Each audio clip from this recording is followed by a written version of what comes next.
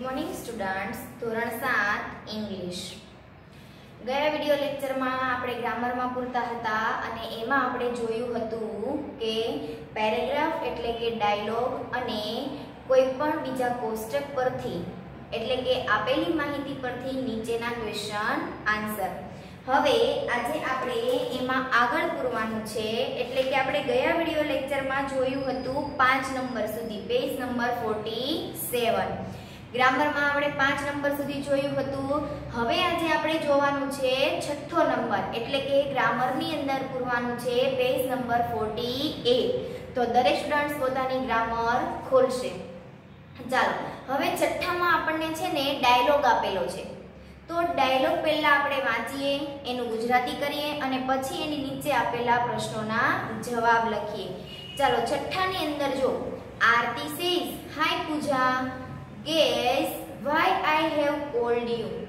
हवे बे व्यक्ति छे एक आरती अने पूजा એટલે આરતી પૂજાને એમ કહે છે કે હાય પૂજા વાય એટલે શા માટે અને ગેસ એટલે કે તું અંદાજ લગાવ કે મેં તને શા માટે ફોન કર્યો હશે। પૂજા સેઝ નો આઈડિયા ટેલ મી ટેલ એટલે કહેવું કે મને કોઈ આઈડિયા નથી તું મને કે। Aarti says there is good news એક ગુડ ન્યૂઝ છે my brother Nirav is getting married एक सारा समाचार छे मारो भाई नीरव गेटिंग मैरिड एटले के एना मैरेज नक्की कर्या छे। पूजा सेज वाव कोंग्रेच्युलेशन सरस अने ते एने अभिनंदन पाठवे छे। Aarti says you and your family have to come for the wedding. Aarti शुं कहे छे के तू अने तारू परिवार ए आ लग्नमा आवजो। Pooja says sure when is the wedding when એટલે ક્યારે। પૂજા એમ કહે છે કે ચોક્કસ પણ લગ્ન ક્યાં છે એટલે સોરી લગ્ન ક્યારે છે એટલે આરતી કહે છે 15th મે 15 મે ના દિવસે। Pooja says oh good is there in Junagadh અરે સારું કહેવાય તે અહીં જૂનાગઢમાં જ છે। Aarti says yes I will send you an invitation card। એને શું કીધું કે હા જૂનાગઢમાં જ છે હું તને હમણાં લગ્નનું કાર્ડ મોકલું। ઇન્વિટેશન કાર્ડ એટલે કે આપણને જે કાર્ડ આપવામાં આવે કોઈપણના ઘરે લગ્ન હોય અને આપણા ઘરે જે કાર્ડ આવે એને શું કહેવાય ઇન્વિટેશન એટલે કે આમંત્રણ આપતું card. Puja says thank you I am looking forward to the wedding fun। ए आभार माने छे अने शुं कहे छे के हूँ ए आ लग्ननी मजा लेवा माटे आवीश। आरती सेज यस सी यू अने पूजा पण कहे छे सी यू। तो आ बन्ने वच्चेनी वात हती एना परथी आपणने नीचे 5 क्वेश्चनना आंसर आपेला छे। तो एमां पहेलो क्वेश्चन जो हु इज नीरव हु एटले कोण नीरव कोण छे तो के कोनो भाई छे पूजानो सॉरी आरतीनो। तो आपणे लखवानुं आरती's brother is नीरव नीरव ए आरतीनो भाई छे। चालो तो पहलो जवाब लखीए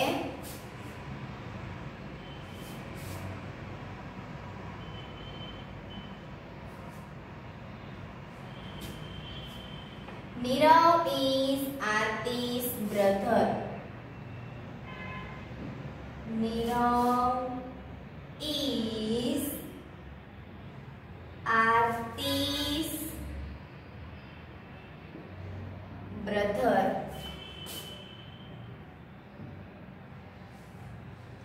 When is Nirav getting married?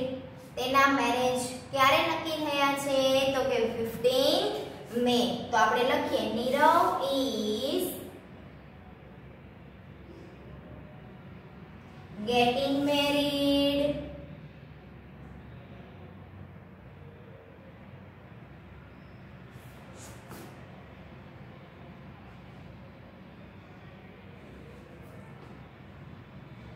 at 15th May। ત્રીજું પૂજા's family is not invited for the wedding। પૂજાના પરિવારને આ લગ્નમાં આવવા માટેનું આમંત્રણ મળ્યું નથી। તો આ વાક્ય કેવું છે? ખોટું છે. એને આમંત્રણ મળેલું છે. તો આપણે ત્રીજામાં લખીશું false. I am looking forward to the wedding fun. Who said this word? આ વર્ડ કોણ બોલે છે કે હું એમાં આવીશ અને લગ્નની મજા માણીશ? કોણ કહે છે? પૂજા. તો આપણે આખું વાક્ય લખીએ પહેલા. I am looking forward to the wedding fun. पूजा से. पूजा से. चलो आना પછી answer 5. Where is the wedding? Wedding એટલે કે લગ્ન ક્યાં છે? તો આપણને ખબર છે કે જૂનાગઢમાં. તો આપણે લખીએ વેડિંગ. ધ વેડિંગ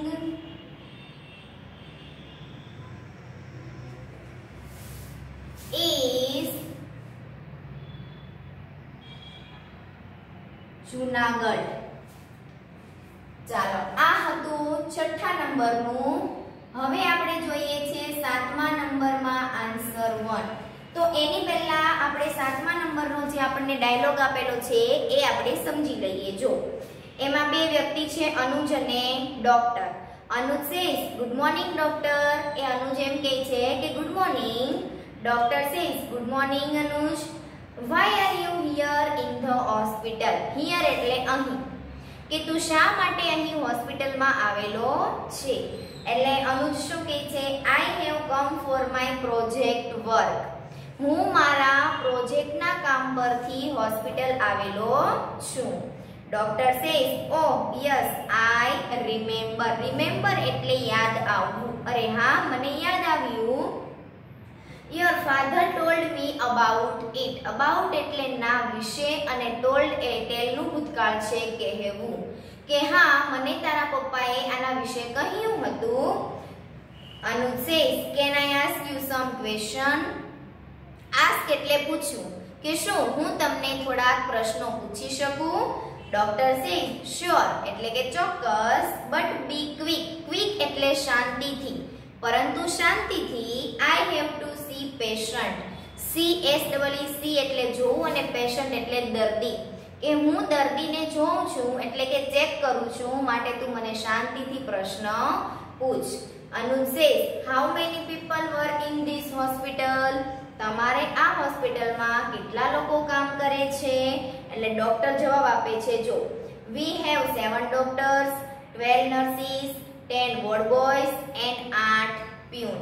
એટલે કે 7 ડોક્ટરો છે, 12 નર્સો છે, 10 વોર્ડ બોય છે અને 8 પ્યુન છે. વોર્ડ બોય એટલે કે દવાખાને ડોક્ટર જે વસ્તુ માંગે અને તે દેવા લેવા માટે જે છોકરાઓ હોય એને શું કહેવાય? Ward boy.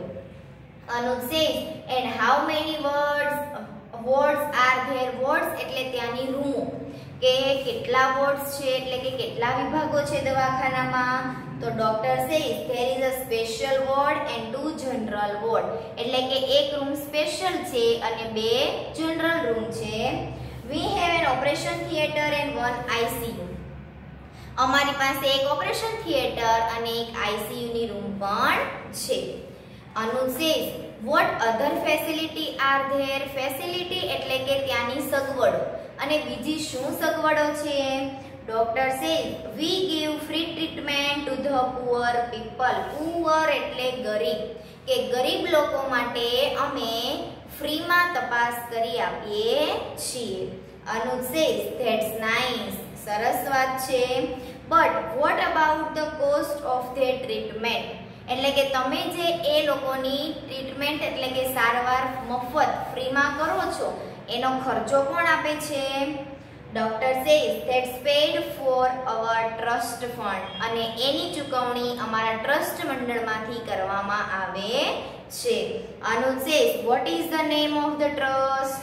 અને એ ટ્રસ્ટનું નામ શું છે? Doctor says Arogya trust. અને એ ટ્રસ્ટનું નામ શું છે? Arogya trust. Anuj says thank you doctor. Doctor says you are welcome. તો ડોક્ટર અને અનુજની વચ્ચે થયેલી વાતચીતો પરથી આપણને નીચે 5 પ્રશ્ન આપેલા છે. જો પહેલું, how many doctors and nurses are there in the hospital? હોસ્પિટલમાં કેટલા ડોક્ટર અને કેટલી નર્સ છે? તો આપણને આગળ જવાબ આપેલો જ છે કે 7 ડોક્ટર અને 12 નર્સ, એટલે કે 12 નર્સો. તો આપણે જવાબ લખીએ there are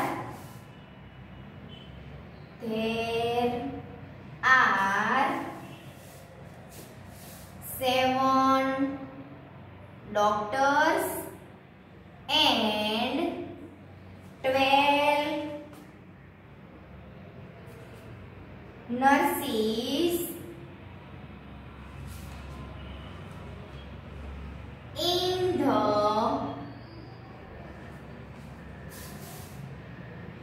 hospital. બીજું, how many special ward are there in the hospital? હોસ્પિટલની અંદર સ્પેશિયલ રૂમ કેટલી છે? તો કે 1. તો આપણે લખીએ there are 1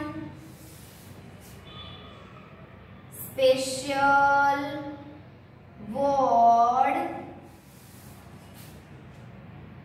in the hospital.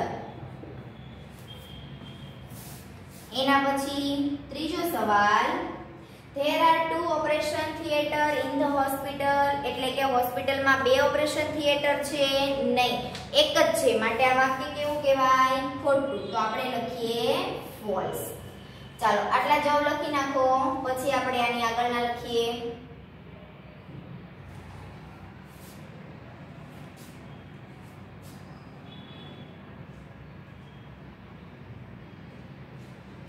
આગળ લખીએ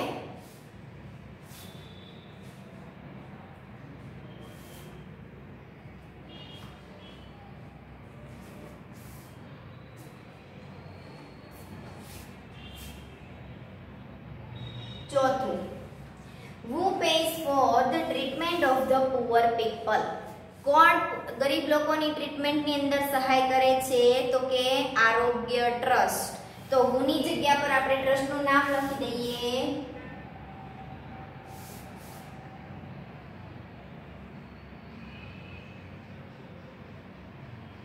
આરોગ્ય ટ્રસ્ટ pays for the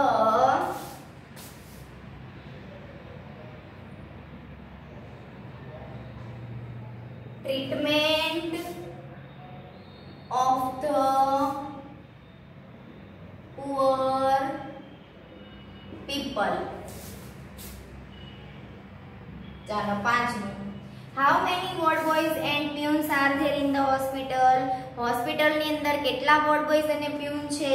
તો એ પણ આપણને આગળ આપેલું છે. જો કે 10 વોર્ડ બોયઝ અને 8 પ્યુન. તો આપણે લખીએ there are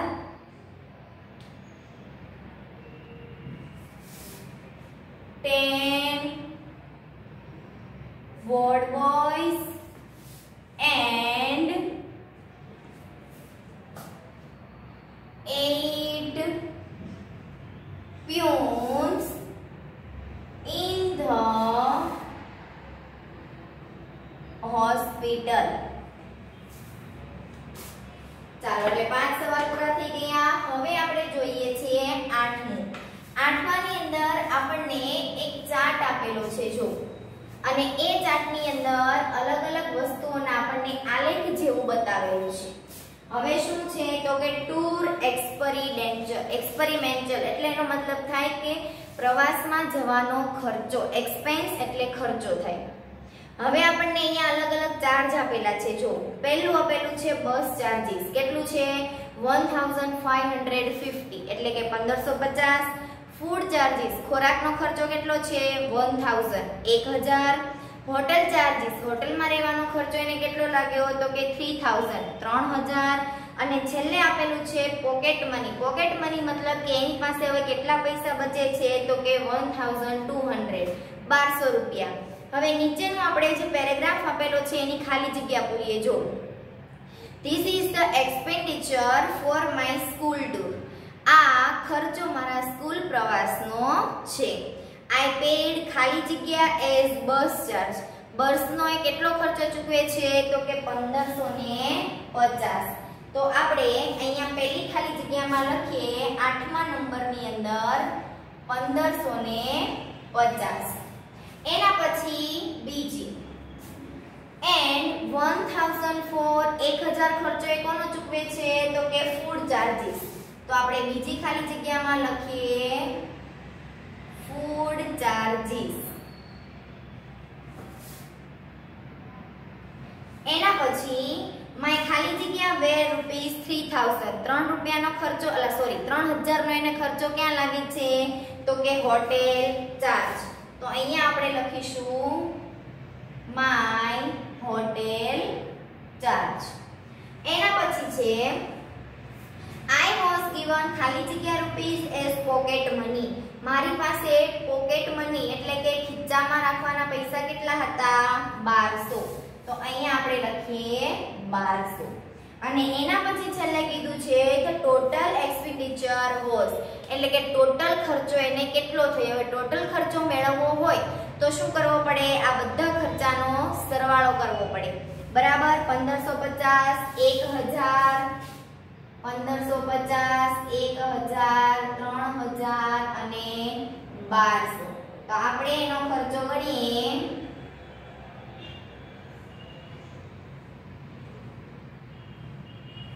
6750. તો છેલ્લી ખાલી જગ્યામાં આવશે રૂપીસ 6750 એટલે કે 6750. આ હતું પેરેગ્રાફ નંબર 8 ના જવાબ.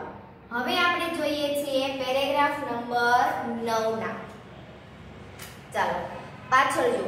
એમાં આપણને એક ટેબલ આપેલું છે નંબર, વિટામિન્સ અને ફૂડ આઇટમ. એટલે કે કયા કયા વિટામિન કયા કયા ખોરાકમાંથી મળે. પહેલું આપેલું છે વિટામિન એ. શેમાંથી મળે છે તો કે કેરેટ્સ એટલે ગાજર, ઓરેન્જ નારંગી, મેંગો કેરી. વિટામિન સી આમળા અને ઓરેન્જ એટલે કે આમળા અને નારંગી. વિટામિન ઈ મેંગોઝ, નટ્સ અને આલમંડ્સ. નટ્સ અને આલમંડ્સ નો મતલબ થશે બદામ. મેંગોઝ એટલે કેરી. વિટામિન બી બનાના એટલે કેળા, મિલ્ક દૂધ, ફિશ માછલી, એગ ઈંડા અને સ્પિંચ એટલે પાલક. વિટામિન ડી મિલ્ક એટલે દૂધ અને એગ્સ એટલે ઈંડા. પહેલો સવાલ જો which fruits give us vitamin A. કયા ફ્રૂટમાંથી આપણને વિટામિન એ મળે છે તો એની સામે આપણને આપેલું છે કેરટ્સ, ઓરેન્જ એન્ડ મેંગોઝ. પણ આપણને એવું પૂછેલું છે which fruit એટલે ગાજર લખવાનું નહીં કેમ કે કેરેટ એમાં આવે વેજીટેબલમાં. તો આપણે બે લખીશું ઓરેન્જ અને મેંગો. તો લખીએ orange answer 1. Orange and mangoes give us vitamin A. Answer બીજો. ખાલી જગ્યા give us vitamin D. Vitamin D શેમાંથી મળે છે તો કે મિલ્ક અને એગ્સ. તો અહીંયા લખી દઈએ મિલ્ક અને એગ્સ. એના પછી આન્સર 3. સ્પિંચ કન્ટેન્સ વિટામિન સી એટલે કે પાલકમાંથી વિટામિન સી મળે છે. તો જો સી માંથી પાલકમાંથી વિટામિન સી નથી મળતું પણ શું મળે છે વિટામિન બી. એટલે આ વાક્ય કેવું છે ખોટું. તો અહીંયા આવશે ફોલ્સ. એના પછી ચોથો જવાબ from where do we get vitamin E. આપણને શું મળવાથી વિટામિન ઈ મળે છે તો વિટામિન ઈ શેમાંથી મળે છે તો કે મેંગોઝ, નટ્સ એન્ડ આલમંડ્સ. તો આપણે લખીએ we get vitamin E. For mangoes, nuts and almond. બરાબર. અને એના પછી છેલ્લો જવાબ આન્સર 5. ખાલી જગ્યા એન્ડ ખાલી જગ્યા contain vitamin B. Vitamin B કયા કયા કન્ટેન માંથી મળે છે? તો કે બનાનાસ, મિલ્ક, ફિશ, એગ્સ અને સ્પિંચ. તો આ બધાના નામ આપણે બે ખાલી જગ્યામાં લખી નાખીએ. બનાનાસ, તમારે જે રીતે સ્વાધ્યાય પોથીમાં બે માં સમાય એ રીતે લખવાનું છે. Milk, fish, eggs and spinach. બે ખાલી જગ્યામાં તમારે પાંચ નામ તમારી રીતે સમાવી દેવાના છે. એકમાં 3 લખવાના, એકમાં 2 લખવાના. આ હતા આપણા જે કંઈ પણ પેરેગ્રાફ, ડાયલોગ અથવા કોષ્ટક પરથી ક્વેશ્ચન આન્સર આવે તે લખી નાખવાના જવાબ.